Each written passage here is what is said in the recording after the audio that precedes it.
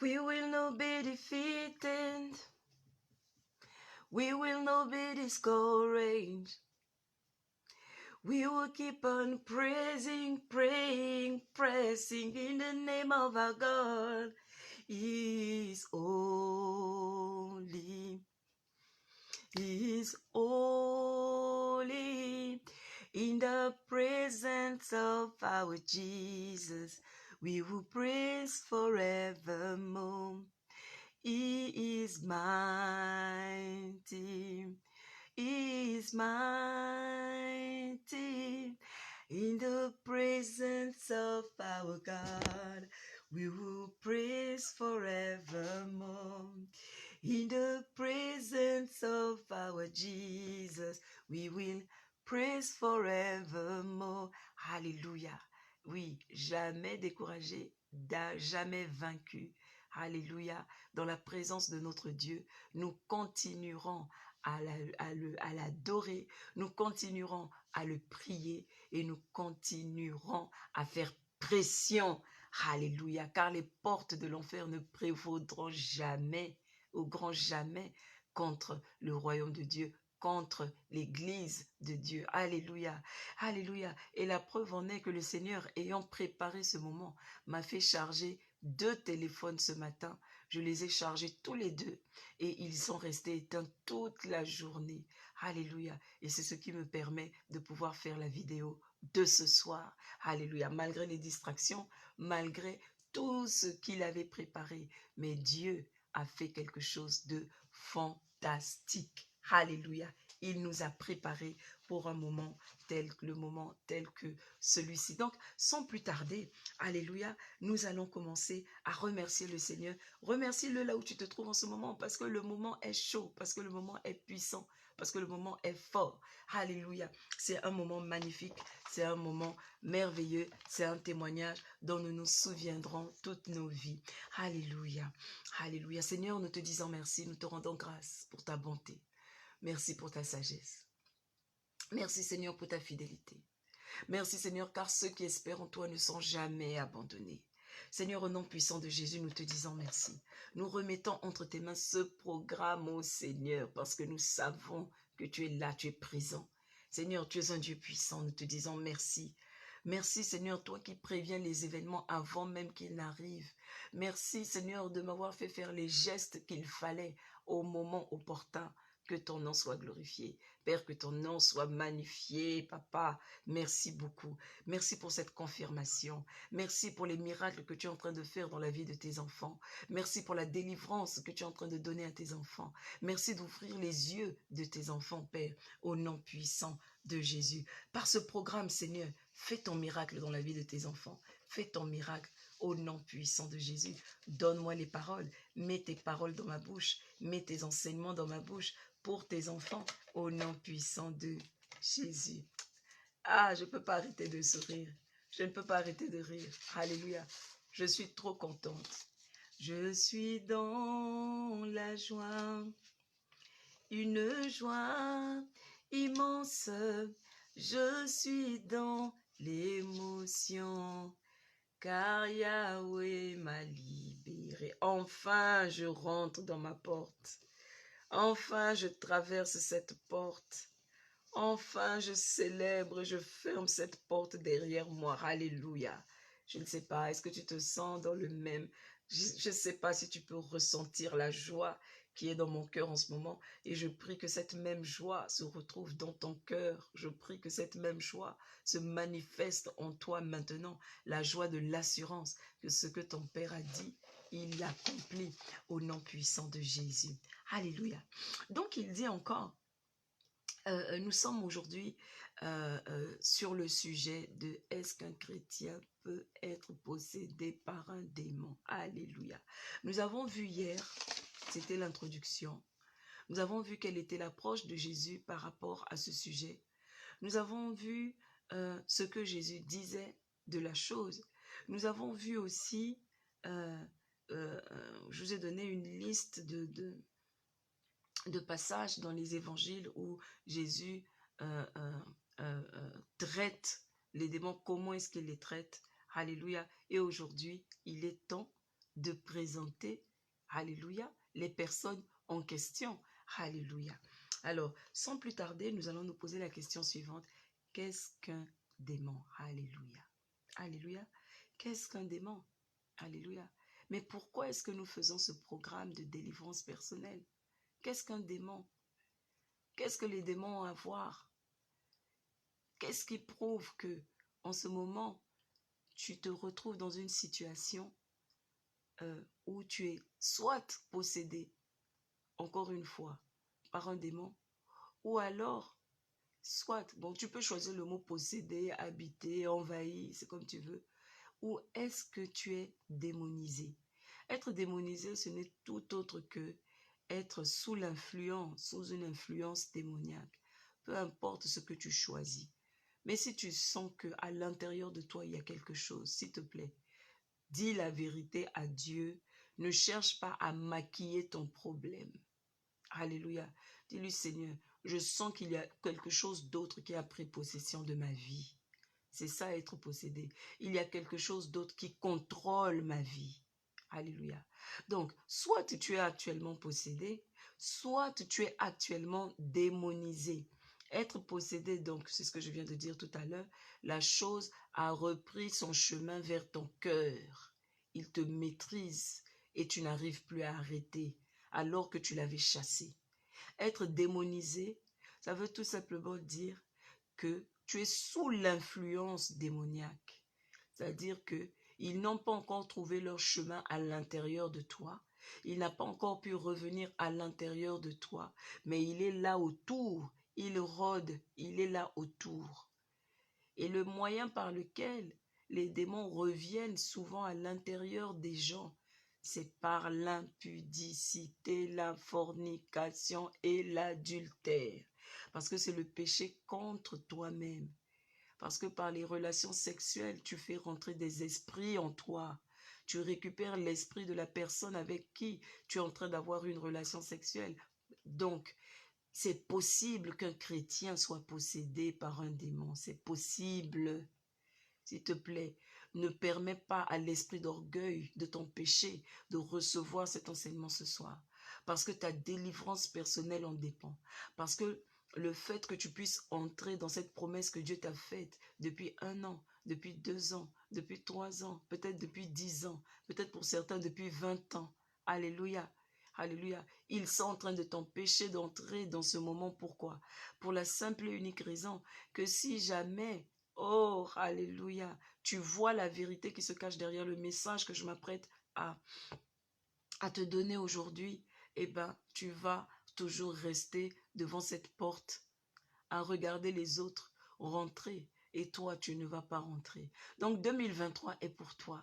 2023 est pour toi. Souris, sois dans la joie parce que le Seigneur a répondu à ta prière au nom de Jésus. Alors, qu'est-ce qu'un démon? Qu'est-ce qu'un démon? Un démon, ce n'est autre qu'une personne sans corps. Un démon, c'est une personne c'est un esprit. Mais ce n'est pas parce que c'est un esprit que ce n'est pas une personne. Même si cet esprit n'a pas de chair, n'a pas une peau. Et donc, pour que le démon puisse exister, il a besoin d'un corps. C'est là où tu interviens. Il a besoin d'un corps. Alors, est-ce que tu vas continuer à lui présenter ton corps comme un sacrifice vivant pour que lui puisse vivre dedans et vivre sa vie à travers toi? J'entendais le témoignage, j'écoutais Pasteur Jonas qui témoignait et il disait, vous n'avez pas idée à quel point Satan utilisait mon corps pour aller coucher avec des femmes. C'est un impudique.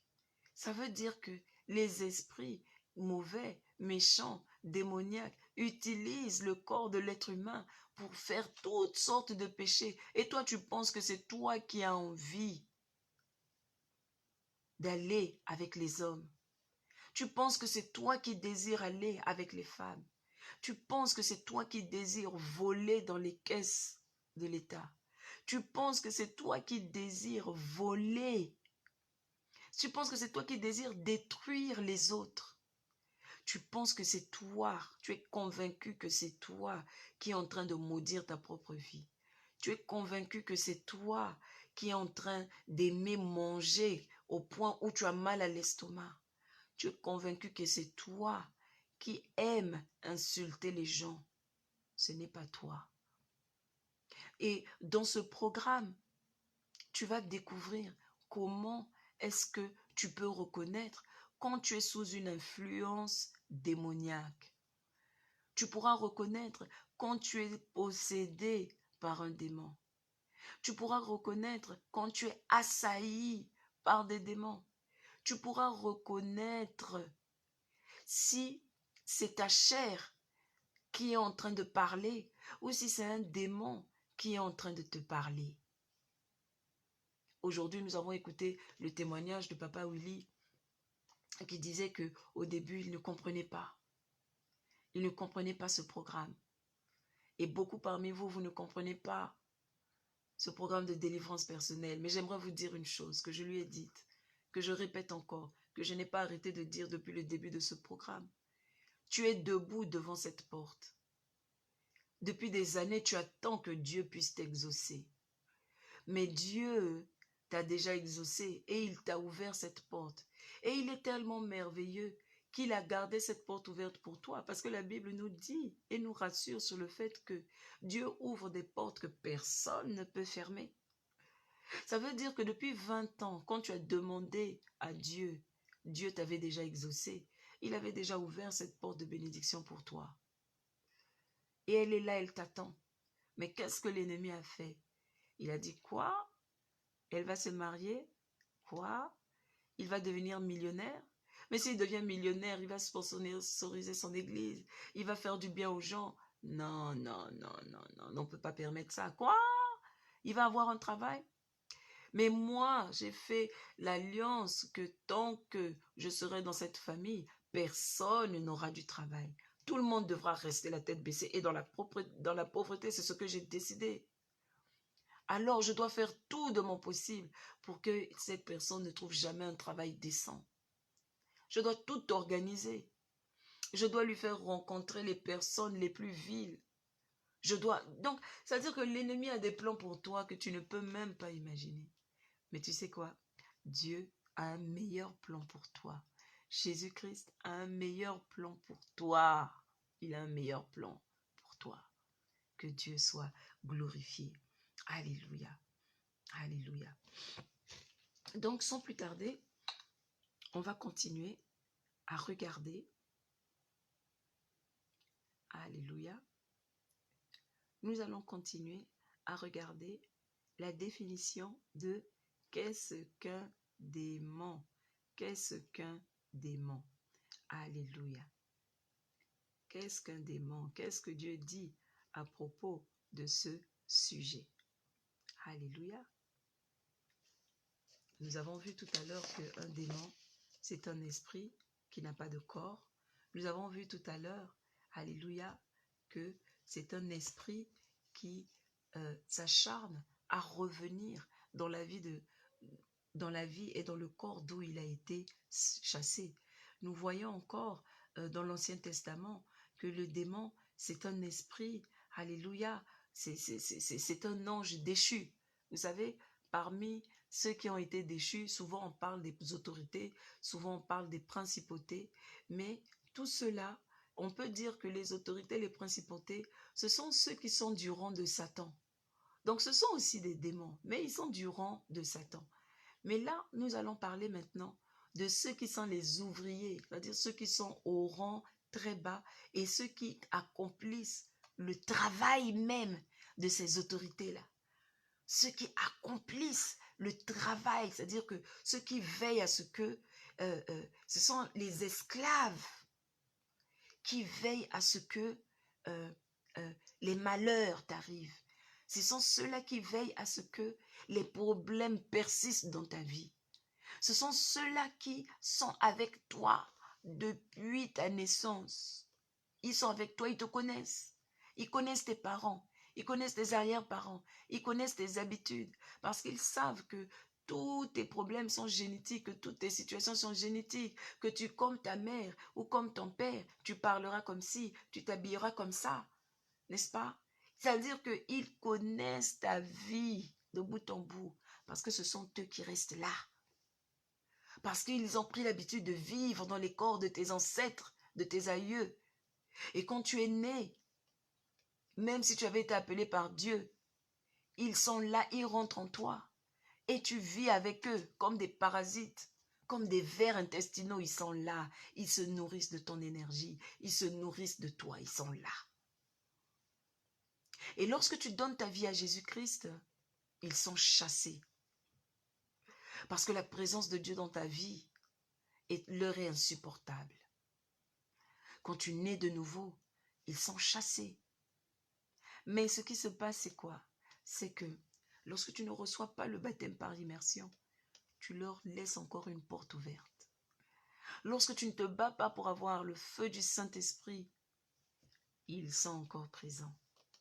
Alors parfois, ils sont là, le Saint-Esprit est là avec toi, mais tu te bats, il faut les chasser. Ce n'est pas au Saint-Esprit de les chasser, c'est à toi de prendre autorité sur eux, parce que Dieu t'a donné toute la domination, il a restauré la domination que tu avais sur toute la création. Sauf sur l'homme, tu ne peux pas dominer ton frère être humain. C'est pourquoi le démon a besoin de rentrer dans un autre être humain pour faire du mal à un autre être humain. Sinon, il le ferait lui-même. Et le démon ne fait cela, n'a autorité que sur ceux qui sont sous son règne. Ceux qui vont volontairement se présenter au démon pour aller les servir. Il a autorité sur eux. Mais ceux qui ont accepté Jésus-Christ comme Seigneur et Sauveur, le démon n'a pas d'autorité sur eux. Même s'il est revenu dans ton cœur, même s'il est revenu dans ta vie, il n'a pas autorité sur toi. C'est pourquoi, lorsque toi qui es né de nouveau, lorsque tu commets un péché, tu reviens toujours vers toi et tu te dis, « Ah Seigneur, mais pourquoi j'ai fait ça?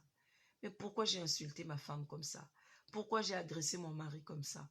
Pourquoi je me suis comporté comme ça envers mon patron? Pourquoi j'ai volé? Pourquoi j'ai menti? » C'est parce que le feu du Saint-Esprit brûle toujours en toi, même si le démon est revenu. Alléluia. Excusez-moi. Donc, ce sont ces esprits-là qui sont déchus. Ce sont ces esprits-là qui veulent et qui insistent pour pouvoir revenir dans ta vie. Et ce programme va te montrer comment est-ce que tu peux les chasser, comment est-ce que tu peux t'en débarrasser. Alléluia. Dieu est bon. Dieu est vraiment merveilleux. Alléluia. Comment détecter un démon?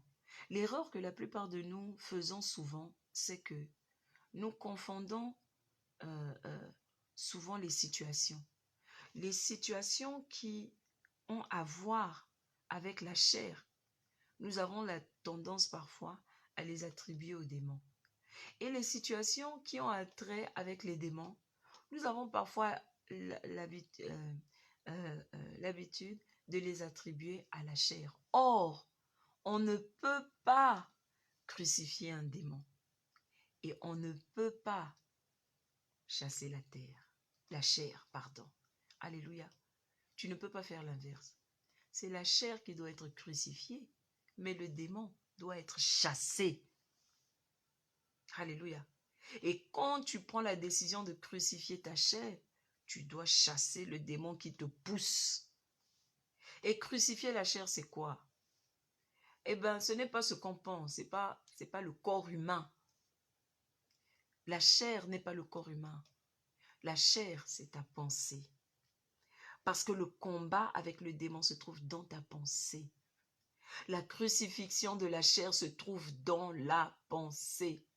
Quand l'apôtre Paul dit crucifier la chair, il est en train de te dire crucifie ta pensée. C'est-à-dire soumets ta pensée à la pensée de Jésus. C'est pourquoi beaucoup de gens n'arrivent pas à crucifier leur chair parce qu'ils ne comprennent pas c'est quoi la chair. La chair n'est autre que ta pensée. La chair n'est autre que ta façon de raisonner. Quand tu commences à mettre ton raisonnement entre les mains de Jésus-Christ, quand tu commences à mettre ton raisonnement entre les mains de Jésus-Christ, le démon devient plus facile à chasser. Quand tu commences à dire dans ta tête, quand tu entends le démon te parler, tu es capable de lui dire non. Je ne vais pas rentrer dans ce supermarché pour acheter une bouteille de vin pour manger ce soir. Je ne vais pas acheter une bouteille de champagne pour oublier mes problèmes ce soir. Je ne vais pas fumer un joint pour oublier mes problèmes ce soir, parce que Jésus-Christ me réconfortera. C'est lui qui est mon réconfort. Tu dois commencer à mémoriser la parole de Dieu, c'est-à-dire que il suffit de lire la parole de Dieu à haute voix pour que quand tu en as besoin, ça revienne dans ta tête. Tu n'es pas obligé de mémoriser chaque verset biblique. Écoute seulement la parole de Dieu. Lis-la à haute voix. Écoute juste la parole de Dieu. Et lorsqu'elle va rentrer dans ta tête, elle reviendra au moment où tu en auras besoin. Lorsque tu te retrouveras devant un homme qui te dira « couche avec moi pour que je t'épouse ». Mais moi, j'ai envie d'être avec toi, tu es la femme de ma vie. Lorsqu'il va tout dire pour te convaincre, pour que tu ailles au lit avec lui. Lorsqu'il t'aura donné tout l'argent et qu'il t'aura fait tous les cadeaux. Au moment de passer à l'acte, tu écouteras la voix du Seigneur qui te dira que ton Dieu n'aime pas l'impudicité.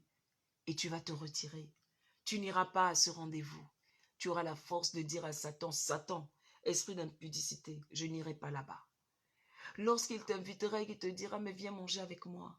Mais regarde la situation dans laquelle tu es en train de te trouver. Mais pourquoi tu souffres comme ça? Reviens, reviens, reviens. Et puis les autres démons aussi vont venir dans ta tête. Je dois repartir là-bas. Parce que là-bas, au moins, j'avais à manger. Parce que là-bas, au moins, j'avais une maison. Parce que là-bas, au moins, je n'étais pas dans la souffrance comme maintenant. Regarde comment je souffre maintenant. Regarde comment je suis. Et tu es là en train... Tu penses que c'est toi qui es en train de parler. Mais ce n'est pas toi, c'est le démon. Et je vais te le prouver aujourd'hui. Je vais te le prouver par la parole de Dieu. Ce n'est pas toi. Mais parce que tu auras crucifié ta pensée, tu te diras, même si je suis dans la souffrance aujourd'hui, il est préférable pour moi de souffrir plutôt que d'aller manger le pain de la misère là-bas. Plutôt que d'aller manger le pain de l'ennemi, c'est préférable que je reste ici dans la souffrance. C'est ça que le Seigneur est en train d'apporter dans ta vie par ce programme de prière. Alléluia. Par ce programme de prière, c'est ce que le Seigneur est en train d'apporter dans ta vie. Comment les détecter? Eh bien, c'est très simple. Un démon étant un esprit, tu ne peux pas le voir. Il est comme le vent. Tu ne peux pas le voir. C'est même pour ça qu'on l'a appelé le prince de l'air. Parce qu'il est le vent, bon, il se déplace. Il n'est pas omnipotent, il n'est pas omniprésent. Il est le prince de l'air, il est le prince de rien. Donc tu ne peux pas le voir. Dieu n'a pas permis qu'on puisse le voir. Il n'y a qu'à certains que Dieu le révèle. Alléluia.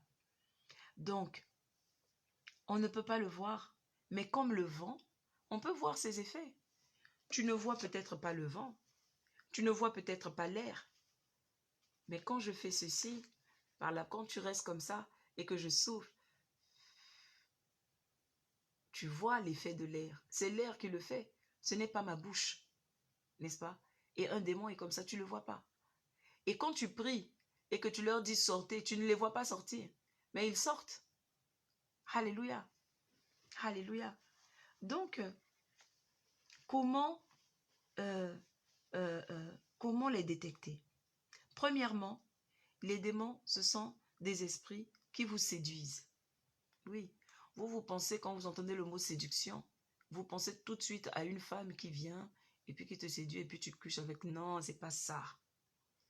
Le mot séduction ne veut dire qu'autre que tromperie. La séduction, c'est la tromperie.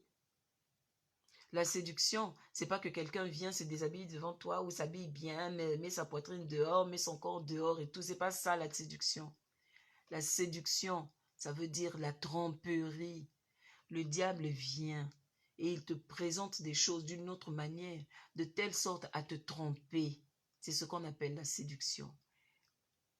Les démons, ils vous attirent. Ils vous attirent vers les choses interdites. Regardez ce qu'il a fait à Adam et Ève. Il vous attire vers des femmes qui ne sont pas vos épouses. Il vous attire vers des hommes qui ne vous ont pas encore épousé. Il vous attire. Il va te dire, viens, viens voir. Après, il va te dire, oh, mais cet homme est beau. J'aimerais que mon mari soit comme ça. Avant que tu te rendes compte, il a déjà commencé à prendre possession. Mais toi, tu penses que c'est toi qui es en train de penser comme ça. Mais ce n'est pas vrai. Il est très intelligent. Il sait que s'il vient, il te dit, regarde cet homme, tu ne trouves pas qu'il est beau? Tu vas dire, oh, qui me parle? Tu vas te retourner. S'il vient te dire, tu vois l'argent qui est sur la table, là, prends-le. Tu vas le prendre? Tu ne le prendras pas. Parce que tu vas te dire, oh, mais quelque chose était en train de m'envoyer. Mais lorsque tu vas dire, cet argent qui est sur la table, je vais le prendre. Quand tu vas entendre ça dans ta tête, est-ce que tu peux t'imaginer que c'est toi qui es en train de le dire? Non, tu seras convaincu que c'est toi. Et même pendant que je suis en train de te le dire là maintenant, tu es en train de te dire, oh, mais c'est moi-même qui ai dit ça. Non, ce n'est pas toi. C'est lui qui est en train de te dire ça. Parce que si tu aimais être un voleur, tu n'allais pas le regretter. Si tu aimais escroquer les gens, tu n'allais pas le regretter. Mais le simple fait que quand tu as fini d'insulter ton mari, tu le regrettes. Quand tu as fini de frapper ta femme, sincèrement, tu le regrettes. Quand tu as fini de tromper ta femme, sincèrement, tu le regrettes. Quand tu as fini de battre tes enfants, sincèrement, tu le regrettes. Quand tu as fini de voler l'argent à l'église, sincèrement, tu le regrettes. Quand tu as fini d'insulter ton prochain, sincèrement, tu le regrettes. C'est un signe qu'il y a une activité démoniaque en toi ou autour de toi. C'est pourquoi je disais hier que les gens doivent commencer à apprendre à chasser les démons. Il faut recommencer. Chasser le démon d'impudicité dans les chorales. Chasser le démon d'orgueil dans les chorales. Ne les chassez pas seulement quand vous êtes en train de faire vos réunions des prières. Que tout un chacun prenne l'engagement de chasser le démon d'impudicité dans les chorales. Vous verrez que les églises commenceront à être délivrées pendant que la chorale va chanter. Pendant que Dieu sera loué. La présence de Dieu descendra à l'église parce que la chorale sera sanctifiée. Parce que la chorale deviendra un avec Dieu. Parce que la chorale, Seigneur, va faire descendre la présence de Dieu. Non, la présence de Dieu ne descend pas quand il y a les acclamations. La présence de Dieu vient auprès de nous lorsque nous le louons. Pourquoi? Il le dit. Dieu demeure dans la présence de son peuple, dans la louange de son peuple. Ça veut dire qu'à l'église, quand vous louez Dieu, il vient demeurer, il vient. Et quand cette louange n'est pas mélangée avec la saleté, n'est pas mélangée avec tous nos péchés, eh bien, il vient et il danse avec nous. Il se réjouit avec nous. Et lorsque Dieu est content et qu'il tourne sa présence, la robe que Dieu porte, lorsqu'elle vole au vent, au son de ta louange, au son de ton adoration, ce qui se passe, c'est que, eh bien, l'odeur de Dieu, la gloire de Dieu, enlève les mauvais esprits. Et les mauvais esprits commencent à partir. Et les gens dans l'assemblée tombent. Et les gens dans l'assemblée se réjouissent. Et les gens dans l'assemblée sont délivrés. Et Dieu distribue sa bonté. Pourquoi? À cause de la joie de son peuple. À cause de la louange qui est merveilleuse. Alléluia. Eh oui. Donc si tu es dans la chorale et que tu vis dans l'impudicité, tu vis maritalement alors que tu n'es pas marié, frère, sœur, sache que il y a quelque chose qui est en train de travailler dans ta vie en ce moment. Et c'est ça qui est en train d'empêcher ton mariage. Et la porte d'entrée, c'est cette impudicité qui garde ce problème dans vos vies. Vous êtes en couple, vous n'êtes pas marié et vous avez du mal à évoluer dans la vie. Pourtant, vous servez le Seigneur de tout votre cœur. Ça veut dire que c'est ce démon d'impudicité-là qui est en train de vous retenir. Et que Dieu nous aide. Que Dieu nous aide. Quand j'ai réalisé les activités démoniaques dans ma vie, ah là là, c'était comme une gifle. Quand j'ai senti la présence de Dieu me quitter, parce que je sais quand Dieu est présent dans ma vie, mais je n'avais pas vu Dieu s'éloigner de moi. C'est-à-dire que je m'éloignais de la rive comme une pirogue s'éloigne de la rive.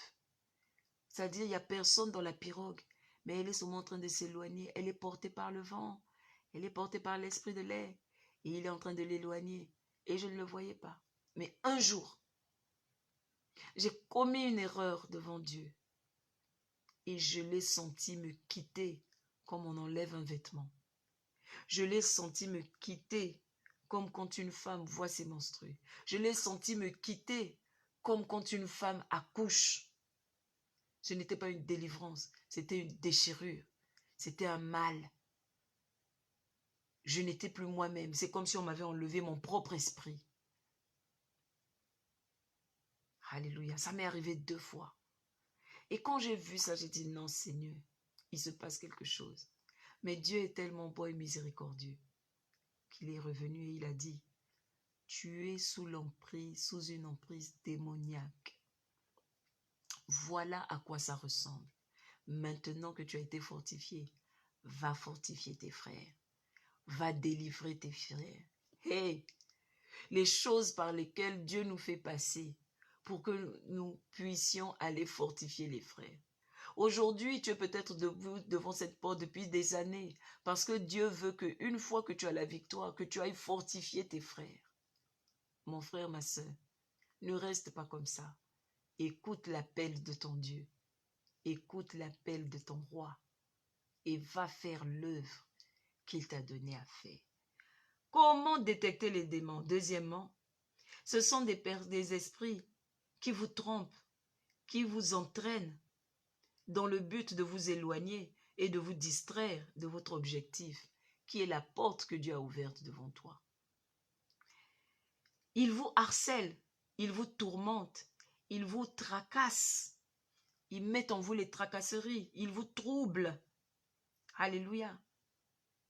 Je vais vous donner l'exemple, pour ce deuxième point, l'exemple d'un homme d'affaires. Il sort de sa maison le matin, il va au travail. En allant au travail, il tombe dans le trafic. Alléluia. Il tombe dans le trafic, il y a beaucoup de voitures, il arrive au boulot en retard. Quand il arrive au boulot en retard, sa secrétaire n'a pas vraiment fait le travail comme il espérait. Donc il est déjà agacé. Sa journée ne s'est pas bien passée. Quand il revient à la maison, encore embouteillage. Donc il est fatigué. Il est 19 h. Il rentre enfin à la maison, il arrive à la maison. Sa femme a eu tellement à faire ce jour-là que les enfants n'ont pas encore été préparés, les enfants n'ont pas mangé, ils ne sont pas au lit, ils sont en train de courir dans tous les sens, ils font du bruit, il est fatigué, il a eu une lourde journée, il essaye de poser ses affaires, sa femme commence à lui poser des problèmes que lui, il n'avait pas. C'est-à-dire qu'il avait juste envie de se reposer, de manger. La nourriture n'est même pas encore prête. Alléluia. Et les enfants courent dans tous les sens. Et ça le dépasse, ça l'énerve. Il prend les enfants, il commence à les frapper. Allez dans votre chambre. Il les frappe, il insulte sa femme. Il dit de toute façon, je ne vais pas manger. La nourriture n'est pas prête, je ne mange pas ici aujourd'hui. Il prend, il claque la porte, il s'en va. Alléluia. Il s'en va, il sort. Il va, il rencontre quelqu'un. Il rencontre ses amis. Il va au restaurant, il tombe sur les amis. Ils se mettent à boire parce qu'il veut se distraire, parce qu'il veut avoir un peu la paix. Dans tout ça, il y a une femme qui arrive. Il y a des filles, il y a une ex-amie ou une amie d'enfance qui arrive. Et il se dit, oh, et si seulement ma femme était comme ça. Et c'est là où ça commence. Vous ne vous rendez pas compte, mais dans l'histoire que je viens de vous raconter, vous pouvez voir l'activité démoniaque. C'est-à-dire que dès que le monsieur est sorti de sa maison, le démon de la colère qui a sévi dans sa vie depuis des générations et des générations. Ce n'est pas un péché d'être en colère, hein, de se fâcher. Mais c'est un péché quand tu dors avec ta colère. C'est un péché quand tu permets à ta colère de te faire des bêtises. Le démon de la colère était rentré en lui. Et il était là, même s'il n'avait pas encore possédé complètement, parce que c'est un chrétien. Qu'est-ce qu'il a fait? Il est resté autour de lui et il a commencé à l'inciter. Il l'a préparé depuis le matin, depuis le réveil. Quand la femme lui a dit, chérie, l'argent de la popote est fini. Quand il sort de la maison, quand il est dans la voiture en train de conduire dans l'embouteillage, le démon a déjà commencé à le préparer. Oh là là, mais pourquoi c'est toujours comme ça? Mais pourquoi je vis dans un tel quartier? Mais pourquoi il faut que je déménage? Je dois pas. Il est là en train de le tracasser, en train de le tourmenter, en train de le harceler. La même pensée ne fait que revenir. Mais pourquoi je vis? Mais pourquoi j'ai une telle vie? Mais pourquoi j'ai une telle femme? Mais pourquoi ma femme n'est pas propre? Mais pourquoi? Toute la journée, il ne fait que penser à ça. Je lui ai donné l'argent pour la fin, pour tenir un mois. Elle n'arrive jamais à gérer le budget. Mais quelle est cette femme? Et toute la journée, il pense à ça. Et il arrive au boulot. Et il est en retard. Et il rate des réunions. Et voilà que la secrétaire tape la lettre. Elle n'arrive pas. Elle ne fait que des erreurs. Et il se fâche. Il n'a pas pu finir son dossier. Il range ses affaires en rentrant à la maison. Embouteillage encore. Et le corps. C'est-à-dire que c'est comme une bouilloire. Comme une marmite, on a mis de l'eau au feu. Et c'est en train de monter. Et c'est en train de monter. Et quand il arrive à la maison, les enfants sentent le pipi. Il arrive à la maison. La nourriture n'est pas encore prête. Il est fatigué. Mais elle ne passe que toute la journée à la maison. Elle fait quoi, cette femme?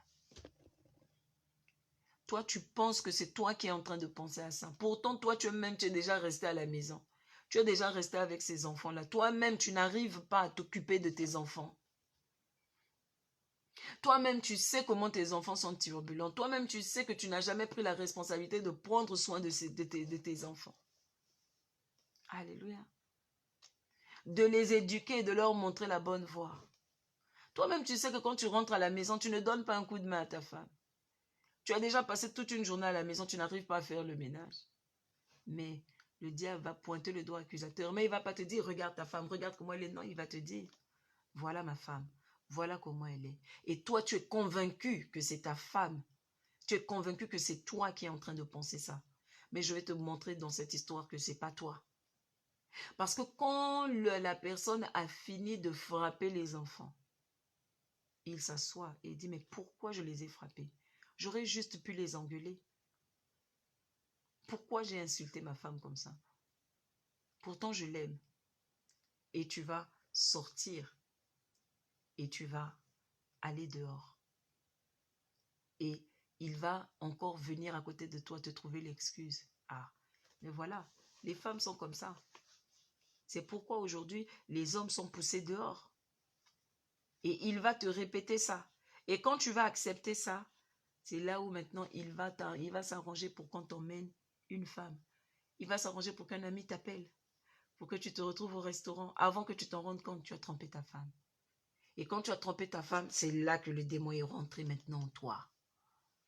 Et tu n'arrives plus à te débarrasser parce que tu ne sais pas chasser ce démon-là parce qu'il est devenu ton meilleur ami. Tu aimes être avec cette deuxième femme. Tu aimes cette aventure. Tu as commencé à aimer ça. Tu as commencé à prendre plaisir à ça. Du coup, tu rentres de plus en plus tard à la maison.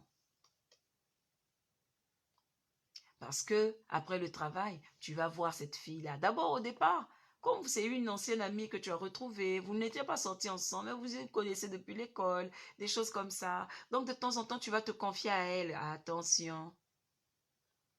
Souvent, dans certaines églises, les gens appellent ça la femme du ministère. Non, tu es en train de tromper ta femme. Tu n'as pas le droit d'aller te confier à une autre femme. Si c'est une maman prophétesse comme moi, tu peux aller demander la prière, il n'y a pas de souci. Mais tu ne vas pas faire de maman prophétesse ta confidence comme si elle était ta femme, comme si elle était ton épouse. Non. Maman prophétesse n'est pas ton épouse. Maman prophétesse n'est pas la deuxième partie de ton épouse. Ton épouse est ton épouse. Celle à qui tu dois confier tes secrets les plus intimes, c'est à ta femme. Et si Dieu révèle quelque chose qui t'est intime à toi, par maman prophétesse, ça ne sera, et ça doit être pour t'emmener à prier et pour te ramener toujours vers ta femme. Mais maman prophétesse ne peut pas te prendre et puis te dire, oh papa, tu as raison, elle est comme ça. Non, non, non. Même si elle vient dire, ah, tu vois, les femmes sont comme ça, hein, pardonne-lui seulement. Non. Maman prophétesse recadre. Maman prophétesse met sur le droit chemin. Maman prophétesse te remet sur la voie de ta femme. Ta confidente, c'est ta femme. Ta confidente, c'est ta femme. Ta compagne, c'est ta femme. Eh oui. Le pasteur n'est pas ton confident par excellence. Ton mari est ton confident par excellence. Le pasteur est ton papa. Tu vas, tu lui parles, tu discutes avec lui. Le pasteur, c'est ton berger. C'est même pas ton papa, c'est ton berger. Alléluia. Comment tu vas faire de ton guide? Comment tu vas faire de celui qui t'entretient, qui prend soin de toi, de la part de quelqu'un d'autre? Tu vas en faire maintenant ton mari, tu vas en faire ton conjoint. Alléluia. Troisièmement, comment détecter les démons? Les démons vous tourmentent émotionnellement. Alléluia. Ils vous tourmentent physiquement avec la maladie. Ils vous tourmentent émotionnellement avec des questions sans fin. Mais comment Dieu a vraiment créé la terre? Mais comment Dieu a vraiment fait le monde? Ah, mais comment ça se fait que Jésus est né d'une vierge? Ah là là, il vous donne des raisonnements. Émotionnellement, il vous tourmente. J'en ai marre de cette vie de célibat. J'en ai marre d'être seul. C'est pas vrai. Ce n'est pas vrai, ce n'est pas toi qui... C'est pas parce qu'il dit « je » que tu entends « je » dans ta tête que c'est toi qui le penses. Alléluia. Jésus dit, si vous ne pardonnez pas, vous ne serez pas délivrés. Vous serez délivrés, pardon, aux tourmenteurs. Alléluia. Il a donné l'exemple de cet homme qui allait voir le roi lui a pardonné, et puis quand maintenant c'était à son tour de pardonner à quelqu'un, lui il est parti, il a livré la personne à la prison. Il a fait enfermer pour qu'il rembourse, et les autres sont allés l'accuser. Quand le roi a appris ça, le roi a décidé de le livrer à ceux qui tourmentent. Qui sont ceux qui tourmentent? Ce sont les démons. Dieu te livre à ceux qui tourmentent quand immédiatement, quand tu ne pardonnes pas, tu es dans le tourment. Tu penses au problème tout le temps, ça te fait mal, tu pleures. Tu n'arrives plus à rentrer dans une autre relation parce que tu n'arrives pas à pardonner à celui qui t'a trompé, celui qui t'a fait du mal, celui qui t'a violé, celui qui a abusé de toi. C'est difficile, je sais, c'est difficile. Pour avoir vécu ces choses moi-même, c'est difficile. C'est très difficile, mais, c'est possible de pardonner. Parce que si tu ne pardonnes pas, si tu ne te bats pas pour pardonner, ce qui va se passer, c'est que tu auras toujours la tête baissée. Tu ne verras pas la lumière qui est devant toi. Tu ne pourras pas voir ce mari merveilleux que Dieu a prévu pour toi. Oh là là, mon frère, ma soeur. Si seulement tu savais, pardonne. Pardonne pour que cet AVC te quitte. Pardonne pour que ce diabète te quitte. Pardonne pour que cette arthrite te quitte. Pardonne pour que cette arthrose te quitte. Pardonne pour que tes finances soient restaurées. Pardonne. Pardonne. Et chasse le démon qui vient tout le temps te dire, je ne peux pas pardonner à cet homme. Je n'oublierai jamais ce qu'il m'a fait. Eh, chasse-le. Tu lui dis, toi, démon de manque de pardon, je te chasse au nom de Jésus.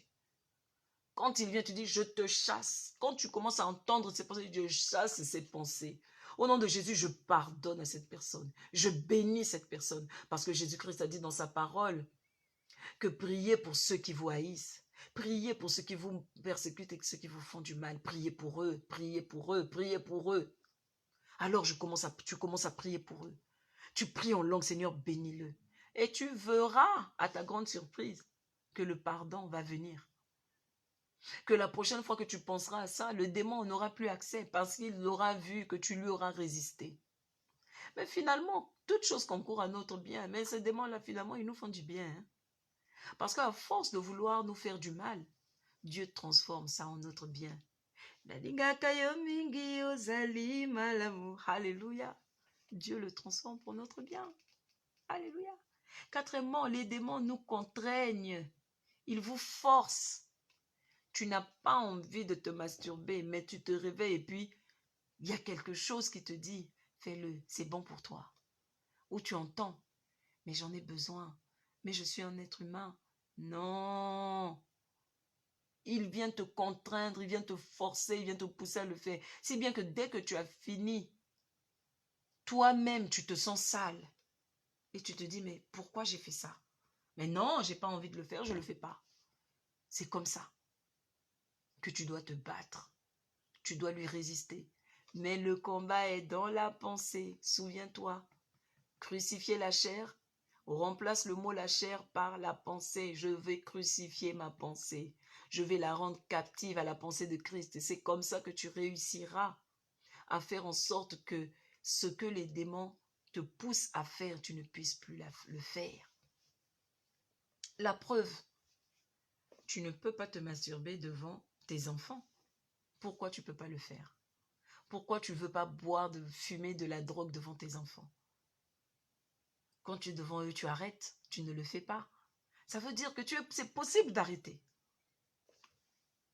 Le combat est dans la tête. Ils vous forcent, ils veulent vous assujettir. Ils te font faire ce que tu ne veux pas. Les démons vous asservissent. Et quand tu prends la contrainte et l'asservissement, tu trouves le point numéro 6, qui n'est autre que l'addiction. Et quand tu rentres dans l'addiction, alors là, ça veut dire qu'il s'est vraiment installé dans ta vie. Tu deviens alcoolique, tu deviens impudique, tu deviens adultère. Tu commences à avoir des manies bizarres. Il y a des gens qui se rongent les ongles. Tu penses que tu te ronges les ongles parce que tu es comme ça depuis ton enfance. Non. Il y a des gens qui mangent la terre, c'est-à-dire que pas seulement quand elles sont enceintes, il y a même des hommes qui mangent la terre, c'est-à-dire qu'il ne peut pas manger la nourriture normale tant qu'il n'a pas mangé la terre. Alléluia. L'addiction te pousse à aller acheter des choses que tu sais que tu n'as pas les moyens, tu vas prendre les cartes de crédit, tu sais que tu ne pourras pas rembourser parce que tu ne travailles pas. Et quand l'addiction arrive dans ta vie, l'esprit de paresse aussi vient dans ta vie pour faire tout pour que tu n'ailles pas chercher du travail pour payer tes dettes. Et souvent, il ne marche pas seul. Il va s'arranger à te faire trouver des amis qui vont aimer ça pour entretenir ce problème dans ta vie. 7e point, le démon te souille. Il te salit. Il te profane. Parfois, tu es là, tu es en train de prier, tu commences à penser aux vidéos sexuelles qu'on t'a envoyées. Il s'arrange pour que de ta bouche puissent sortir des malédictions contre Dieu. Il te fait murmurer, il te salit. Souvenez-vous de ce que Jésus-Christ a dit. Ce qui souille un homme, c'est ce qui sort de ta bouche. Tu es toujours en train de blasphémer et de dire des gros mots. Alléluia. Le démon te trompe. Il te séduit. Il te trompe. Il va te dire, cet homme ne t'aime pas. Il ne m'aime pas. Je sais qu'il ne m'aime pas. Je sais que là... Et donc ton attitude va commencer à changer vis-à-vis de cet homme qui pourtant t'aime. Et du coup, tout ce que cet homme fera pour être avec toi, tu ne le verras pas. Et tu finiras par le quitter. Et l'activité démoniaque. On ne fait pas attention à cela, mais il faut chasser cela. Tu dois chasser cela. Non, mon mari m'aime. Mon fiancé m'aime. Je sais qu'il m'aime. Même s'il m'a dit quelque chose de méchant, je sais qu'il m'aime. Je sais croire en son amour pour moi. Alléluia. Je vais aller plus vite. Le démon te rend malade. Il te fatigue pour que tu ne puisses pas prier. Il te monte. Alléluia. Il te rend fou. C'est-à-dire que tu as ces choses qui sont tout le temps dans ta tête. Je me souviens un jour, j'ai rencontré quelqu'un qui me disait, je ne sais pas pourquoi, mais il y a quelque chose qui n'arrête pas de me dire à la tête, va voir Kadi, va avec Kadi, va avec Kadi, va avec Kadi, va avec Kadi. Alléluia. C'est une activité démoniaque. Il faut rejeter ça. Amen. Il faut rejeter ça. Comment est-ce que les démons opèrent? Alléluia. Ça sera l'objet de la vidéo de tout à l'heure. Alléluia. En tout cas, toute cette journée, on va parler de ce sujet. Nous sommes à notre 2e jour. Nous allons commencer à confesser la parole de Dieu dans Matthieu 12, verset 29 qui nous dit: ou comment quelqu'un peut-il entrer dans la maison d'un homme fort et piller ses biens sans avoir auparavant lié cet homme fort? Alors seulement il pillera sa maison. Dans Marc chapitre 3 verset 27, la Bible dit: personne ne peut entrer dans la maison d'un homme fort et piller ses biens sans avoir auparavant lié cet homme fort. Alors il pillera sa maison. Dans Luc chapitre 11 verset 21, il dit: lorsqu'un homme fort est bien armé, garde sa maison, ce qu'il possède est en sûreté. Alléluia. À partir d'aujourd'hui, Jésus-Christ devient l'homme fort de ta vie.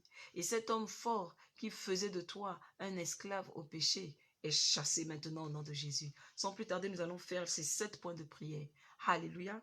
Tu vas prier après moi comme ceci: que toute décision prise contre moi par les méchants soit invalidée et sans effet au nom de Jésus. Deuxième point de prière: je retourne à l'extérieur, à l'expéditeur, toute flèche démoniaque dirigée contre moi et ma famille au nom de Jésus. Troisième point de prière: je casse tout miroir et moniteur spirituel dirigé contre moi au nom de Jésus. Quatrième point de prière: tu vas prier en esprit pendant 10 à 15 minutes. Alléluia. Le cinquième point de prière dit: je lie et je rends impuissants tous les hommes forts qui affligent à présent ma vie, mon travail. Et tu vas citer toutes les choses, alléluia, où tu sens qu'il y a une activité démoniaque dans ta vie. Tu vas encore prier: je détrône, sixième point, toute forteresse déléguée contre moi dans cet établissement au nom puissant de Jésus. Et tu prieras enfin, septième point, que l'homme fort qui me poursuit boive son propre sang et mange sa propre chair au nom puissant de Jésus. Ce sont les prières que tu vas faire aujourd'hui. Alléluia. Tu vas faire ces prières avec beaucoup d'ardeur. Que toute décision prise contre moi par les méchants soit invalidée et sans effet au nom de Jésus. Je retourne à l'expéditeur toute flèche démoniaque dirigée contre moi et ma famille au nom puissant de Jésus. Je casse tout miroir et moniteur spirituel érigé contre moi au nom de Jésus. Tu vas prier en esprit pendant 10 à 15 minutes ou même pendant 1 heure si tu le veux. Je lie et je rends impuissants tous les hommes forts qui jusqu'à présent infligent ma vie. Alléluia, au nom de Jésus. Je détrône toute forteresse déléguée contre moi dans chaque domaine de ma vie au nom puissant de Jésus. Que l'homme fort qui dirigeait ma vie, l'homme fort de l'impudicité, l'homme fort de l'adultère, l'homme fort du mensonge, l'homme fort, tu vas commencer à citer l'homme fort qui dirige la vie de ta famille, l'homme fort de la dépression. Alléluia. Et qui me poursuit, boive son propre sang et mange sa propre chair au nom puissant de Jésus. Alléluia.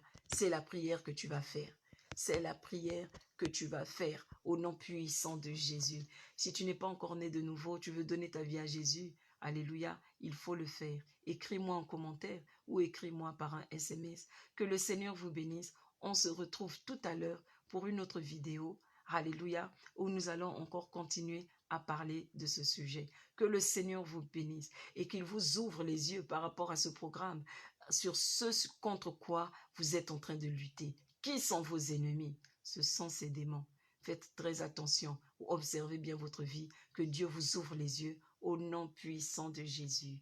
Amen.